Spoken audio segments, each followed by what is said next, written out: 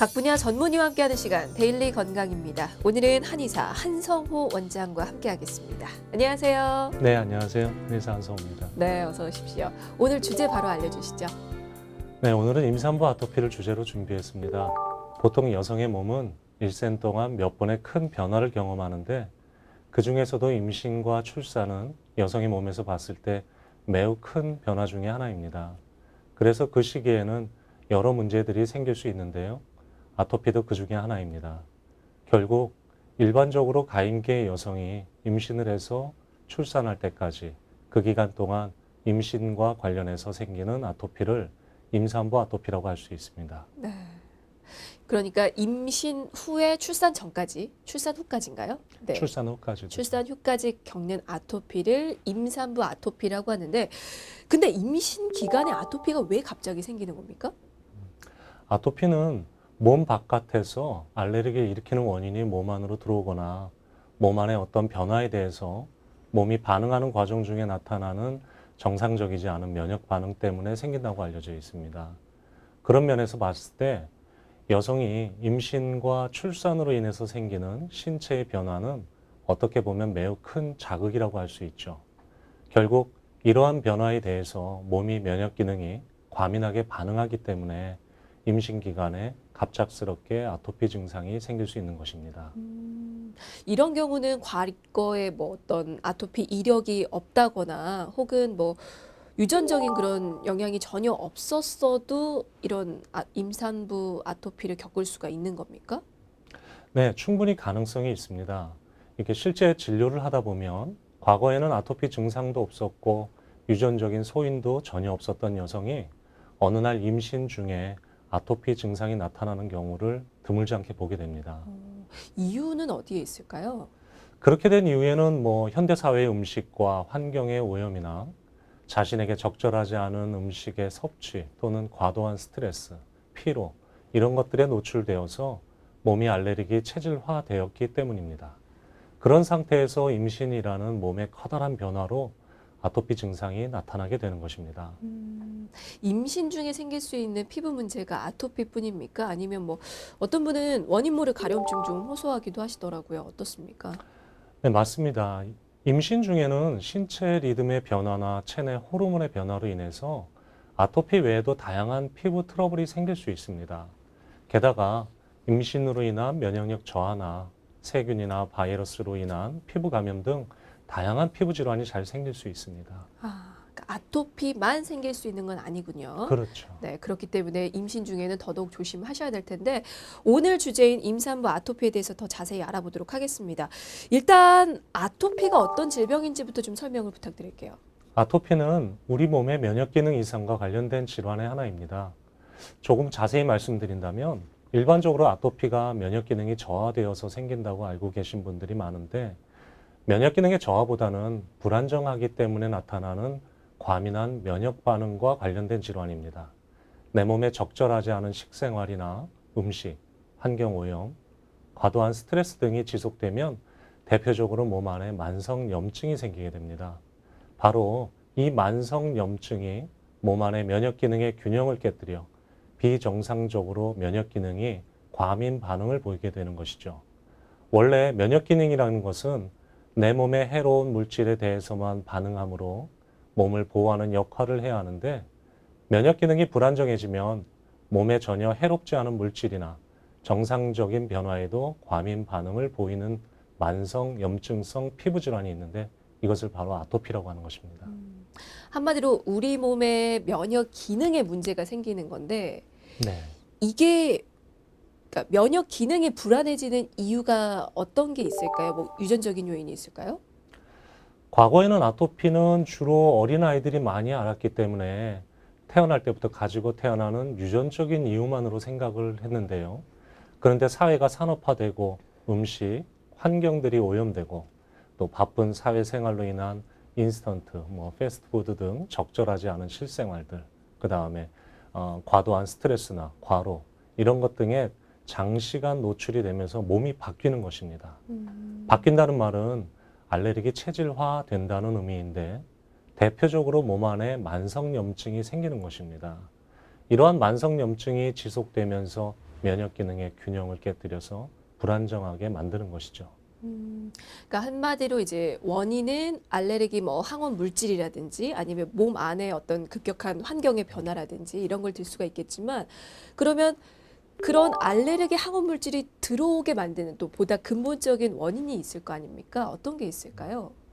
맞습니다. 다른 사람한테는 아무 문제 없는 음식과 환경이 나에게는 알레르기 반응을 일으키는 것, 이런 잘못된 식생활과 생활 습관으로 인해서 내 몸 안의 면역 기능이 불안정해졌기 때문입니다. 그렇군요. 근데 사실 아토피는 원인 잘 모른다고 하잖아요. 그러니까 다른 병에 비해서도 아토피는 원인 규명하기가 참 어렵다고 하는데 사실입니까? 네, 맞습니다. 아토피의 원인을 모두 아는 것은 굉장히 어렵습니다. 여기서 말하는 원인이라고 하는 것은 몸 바깥에서 몸 안으로 들어와 알레르기를 일으키는 물질, 즉 알레르기 항원이라는 것을 말하는 것인데요. 세상에 존재하는 모든 물질이 사람에 따라서는 알레르기를 일으키는 항원으로 작용할 가능성을 가지고 있기 때문입니다. 그건 왜 그럴까요? 잘 이해가 안 되는데. 알레르기를 일으키는 물질에 접촉했을 때 바로 증상이 나타나면 경험적으로 대략 원인을 추측할 수 있습니다. 그런데 바로 알레르기 증상이 바로 나타나지 않고 예를 들어 며칠 지나서 증상이 나타나는 경우 이런 것을 지연성 반응이라고 하는데 이런 경우에는 경험적으로 원인을 안다는 것은 거의 불가능하다고 볼 수 있습니다. 그러면 아토피를 일으키는 물질에 대해서 어느 정도는 좀 검사를 받아봐야 되는군요. 그렇죠. 경험적으로 생활 중에서 추측을 해보는 것도 하나의 방법이지만 결국 무엇 때문에 증상이 심해지는지 모르면서 치료를 한다는 것은 소위 밑 빠진 독에다 물을 붓는 건데요. 따라서 아토피를 정확하게 치료를 하고 그러기 위해서는 정확한 진단과 검사가 우선되는 것이 필요합니다.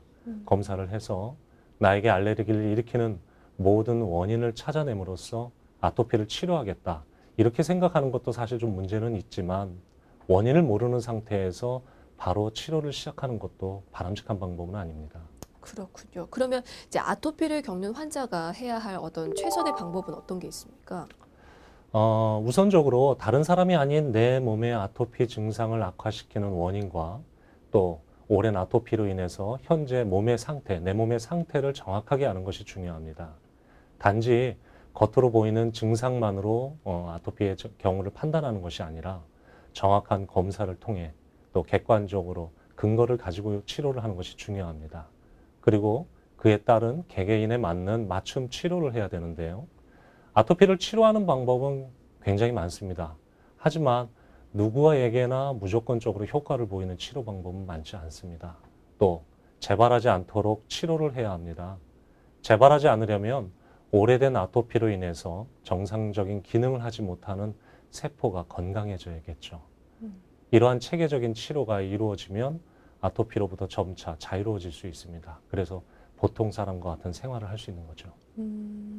알겠습니다. 지금까지는 이제 일반적인 아토피에 대해서 좀 질문을 드렸는데 오늘 주제는 임산부 아토피잖아요. 그러면 약간 그 발생 시기부터 좀 짚고 넘어갈 필요가 있을 것 같습니다. 말씀 중에서는 이제 임신 중에 생긴다고 하셨는데 이제 출산 후에도 생길 수가 있는 겁니까? 네, 맞습니다. 출산 후에도 나타날 수 있습니다. 앞서서 말씀드렸던 것처럼 아토피라는 것은 몸의 변화에 대해서 자연스럽게 적응하지 못하고 면역 기능이 과민하게 반응을 보이는 것입니다. 따라서 임신 중 몸의 변화뿐만이 아니고 출산 후에 경험하게 되는 몸 안 밖의 변화로 인해서도 얼마든지 아토피가 발생할 수 있습니다. 그럼 이게 어떤 증상이 나타나야 병원을 가야 되는 겁니까? 단순한 가려움증만 있어도 병원을 좀 찾아가야 될까요? 아토피의 가장 대표적인 증상은 특징적인 부분, 그런 곳의 반복적인 가려움과 염증, 또 긁어서 생긴 상처 등입니다. 근데 임산부의 경우는 임신으로 인한 생활 패턴의 변화나 호르몬의 변화에 의해서도 단순 가려움증이 나타날 수 있습니다. 하지만 과거 아토피의 경험이 있었거나 가족력이 있었던 경우 또는 보습을 하거나 철저하게 관리나 어떤 치료를 하는데도 불구하고 가려움증이나 염증 등이 지속되는 경우에는 전문가에게 진료를 받아보는 것이 좋을 것 같습니다. 근데 사실 임신 중에는 병원 가는 걸 좀 꺼려 하잖아요. 괜히 약 잘못 복용했다가 태아한테 또 영향을 미칠까 봐. 근데 이제 임신 중에 아토피 치료를 해도 괜찮을지 또 걱정하시는 분들 계실 것 같은데요. 산모가 약을 복용하거나 바르는 것에 대해서 염려를 한다는 것은 어찌 보면 당연합니다.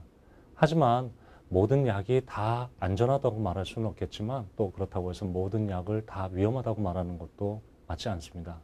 그렇기 때문에 전문가의 도움이 필요한 거겠죠. 전문가의 판단에 따라서 임신 중에도 임신 주수에 따라서 안전하게 사용할 수 있는 약도 있고 또 수유 중에도 태아에게 안전하게 사용할 수 있는 약들도 많이 있습니다. 그렇기 때문에 오히려 지나친 염려 때문에 적절한 치료 시기를 놓치는 것이 오히려 더 많은 고통을 초래할 수도 있습니다. 그러니까 임신했다고 무조건 미루기보다는 일단은 이제 상담을 좀 받아보셔서 뭐 약을 처방할지 아니면 좀 출산 후까지 기다릴지를 선택을 하시는 게 나을 것 같다는 생각이 듭니다. 그러면 이제 어떤 관리와 치료법들이 있는지도 좀 설명을 해주실까요?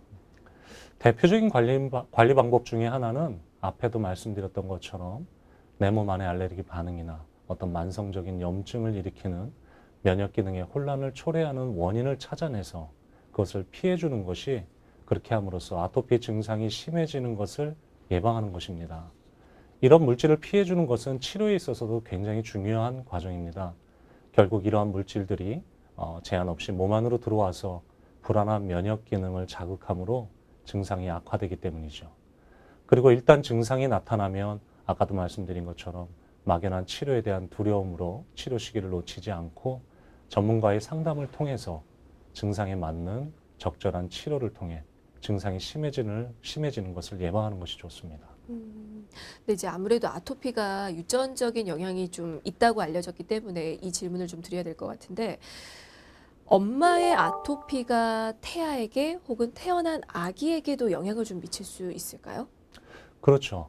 아토피의 원인 중에 유전으로 인한 것이 예전에 비해서 상대적으로 좀 줄어들기는 했지만 아직도 유전으로 인한 아토피의 원인이 가장 많은 비중을 차지하고 있습니다. 그렇기 때문에 아토피 소인을 가지고 있는 여성이 임신을 계획하고 있다면 임신 중에 아토피 증상이 심해지지 않도록 미리 예방하고 치료를 하는 것이 아주 중요하다고 할 수 있죠. 영향을 미치는군요. 네. 그러면 원래부터 좀 아토피를 가지고 있었다고 하더라도 이 임신 기간 중에 아토피 증상이 있었던 경우와 없었던 경우 이게 태아에게 미치는 영향이 좀 차이가 있을까요? 그렇죠. 분명히 영향이 있습니다.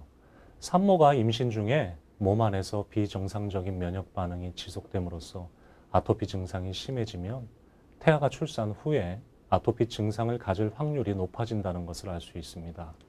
아토피 외에도 산모의 심리적인 불안감 또는 이런 것들이 태아에게 정서적으로 좋지 않은 영향을 미쳤을 때 그것이 또 아토피를 악화시키는 이유가 또 되기도 하죠. 오히려 참았다가 더 태아에게 또 영향을 미칠 수가 있기 때문에 그런 좋지 않은 영향을 미치기 전에 좀 치료를 받아야겠군요, 그럼. 맞습니다. 임산부 아토피는 임신 전에 예방하는 것이 가장 좋겠지만 피치 못하게 임신 중 아토피가 심해졌을 때는 산모와 태아를 위해서 적절한 검사와 치료를 통해 증상이 심해지지 않도록 하는 것이 필요합니다. 그렇게 해주면 임신 중인 산모의 아토피 증상이 호전되는 것은 물론이고 태아에게도 아토피가 생길 수 있는 가능성을 현저하게 줄여줄 수 있기 때문이죠. 알겠습니다. 임산부이신 분들은 뭐 사실 저도 지금 임신을 한 상태이기 때문에 좀 많이 불안해 하실 그 마음을 좀 이해를 합니다. 근데 아무래도 특별한 시기니까 다시 한번 재차 좀 확인을 하고 싶어요. 안전한 치료가 가능한 거죠. 임신부라고 할지라도. 예. 산모 아토피를 치료할 때는 임신 전이냐, 뭐 임신 중이냐, 그리고 출산 후냐에 따라서 치료의 방법이 달라지게 됩니다. 어느 시기에 해당하든지 그 시기에 맞는 적절한 치료를 한다라면 필요 이상으로 불안해하실 필요는 없을 것 같습니다. 임신 전, 임신 중, 출산 후로 이렇게 치료 방법이 달라진다고 하셨는데 어떻게 달라지는 건가요? 임신 전이나 출산 후에는 일반적인 아토피에 준해서 산모의 몸을 보고 그거에 맞춰서 증상이나 몸의 상태에 따라서 약을 복용하거나 뭐 외용을 하거나 등의 적극적인 치료를 할 수 있습니다. 하지만 임신 중에는 약물을 먼저 사용하는 것보다는 관리를 위주로 하는 소극적인 치료라고 하죠. 이런 것들을 먼저 해보는 것이 좋습니다. 이때 관리에 가장 중요한 것은 말씀드린 것처럼 산모 본인에게 평소 알레르기 증상을 일으키고 염증을 일으키는 원인을 찾아서 철저하게 차단을 해주는 것입니다. 임신 중 아토피 치료의 목적은 근본적인 치료를 하기보다는 출산 때까지 증상이 악화되지 않고 그렇게 함으로써 산모나 태아가 힘들지 않게 하는 것에 맞춰져 있기 때문입니다. 그리고 약물을 사용하는 것 외에도 유산균이나 필수 영양소 등을 이용해서 약물에 준하는 효과를 나타내는 그런 안전한 치료들도 있고 또 안전한 보습제나 세정제 같은 것들을 관리를 할 수도 있습니다. 그럼 임산부 아토피 환자들의 경우는 이게 한의학적인 치료 방법은 어떻게 되나요? 한약을 복용하는 겁니까? 네, 산모도 임신 중이나 출산 후에 증상에 따라서 한약을 복용할 수도 있고 한약재로 만들어진 외용제를 안전하게 사용할 수도 있습니다. 한약 중에는 복용을 하거나 피부에 발라서 피부 염증이나 가려움을 진정시키고 특히 몸 안의 면역 기능을 안정시키는 효과가 뛰어난 약재들이 많이 있는데요. 양약이 증상을 신속하게 진정시키고 해소시킨다는 장점이 있는 것처럼 한약에는 근본적으로 몸 안의 면역 기능을 안정시켜서 아토피의 재발을 최소화시킬 수 있는 장점이 있습니다. 임산부 아토피의 경우도 전문가의 진단에 따라 증상에 맞게 안전하고 다양한 한의학적 치료 방법을 사용할 수 있습니다. 근데 아무래도 임신 중에 아토피가 나타나는 이제 경우라서 혹시 출산을 잘만 하면 이렇다 할 치료를 받지 않아도 좀 나아질 수가 있을까요? 출산 후에는? 네, 저절로 좋아지는 경우도 간혹 있기는 합니다. 저도 진료실에서 가끔 그런 경우를 보기는 하는데 이제 그런 분의 공통점이 있습니다. 아토피 증상, 뭐 가족력, 또 과거 아토피 소인 이런 것들이 임신 전부터 전혀 없었다가 임신을 하면서부터 갑자기 증상이 생겨서 악화됐던 분들입니다. 그런 분들 중에는 출산과 동시에 아토피 피부염 증상이 서서히 좋아지다가 짧은 치료만으로도 완전히 사라지는 경우도 있습니다. 하지만 그런 분들은 좀 소수이고요. 치료를 받지 않고 저절로 좋아지는 사람들의 대부분은 산모가 본인의 몸에 대해서 정확하게 알고 관리를 했던 경우입니다. 본인의 몸에 대해서 정확하게 안다는 것은 내 몸의 면역 기능을 불안하게 하는 만성 염증을 일으키는 물질과 그 만성 염증으로 불안해진 몸의 면역 기능을 자극하는 알레르기 항원이 무엇인지를 안다는 거죠. 그리고 관리를 잘 한다는 것은 일상생활 중에 이러한 원인이 되는 물질을 차단한다는 것입니다. 증상이 심하지 않은 경우에는 이러한 관리와 철저한 이런 차단을 통해서 증상의 상당 부분이 자연스럽게 완화될 수도 있습니다. 그러니까 출산 후에 좋아지는 경우도 있지만 아주 극소수라는 말씀이신 거죠. 네, 맞습니다. 네, 대체로는 이제 관리를 잘 하거나 또 치료를 받으셔야지 좀 호전될 수가 있는데 사실 이게 아토피 관리가 정말 힘들잖아요. 그래서 사전에 이제 예방하는 게 무엇보다 중요한 질병이 또 아토피입니다. 임산부 아토피도 어떻게 예방할 수 있는 방법이 있으면 좀 팁을 주시죠. 임산부 아토피를 예방하는 가장 중요한 방법은 계속 반복되는 얘기지만 임신 전에 아토피의 원인이 되는 만성 염증을 근본적으로 해결하는 것입니다. 우선적으로는 몸 안에 만성 염증이 생기는 이유를 찾아서 제거해야 됩니다. 아토피와 관련해서 산모에게 만성 염증이 생기는 가장 대표적인 이유는 음식인데요. 우리 선조들께서 태열을 예방하기 위해서 특정적인 음식들을 금기하라고 하셨던 것과 일맥상통하다고 보시면 됩니다. 하지만 이제는 거기서 좀 더 나아가서 개개인별로 자기 몸에 맞지 않아서 염증을 일으키는 음식을 검사를 통해서 확인하고 적극적으로 피해주면 임신 중에 아토피의 발생을 현저하게 줄일 수 있습니다. 임신 중에 아토피 증상이 악화되면 임신 기간이 산모나 태아 모두에게 축복의 시간이 아니라 힘든 시간이 되겠죠. 결국 예방을 하는 것이 최선의 치료입니다. 네, 알겠습니다. 뭐 계속 반복적인 얘기를 한다고 말씀을 하셨는데 중요한 내용이기 때문에 그만큼 자꾸 얘기를 하게 되는 게 아닌가 싶습니다. 음식 조심하라고 하셨잖아요. 아무래도 우리 아이 우리가 지켜야 되기 때문에 좀 각별히 더 조심을 해주셔야 될 것 같습니다. 자, 지금까지 임산부 아토피에 대해서 알아본 데일리 건강 여기까지 듣겠습니다. 지금까지 한의사 한성호 원장이었습니다. 말씀 감사합니다. 네, 감사합니다.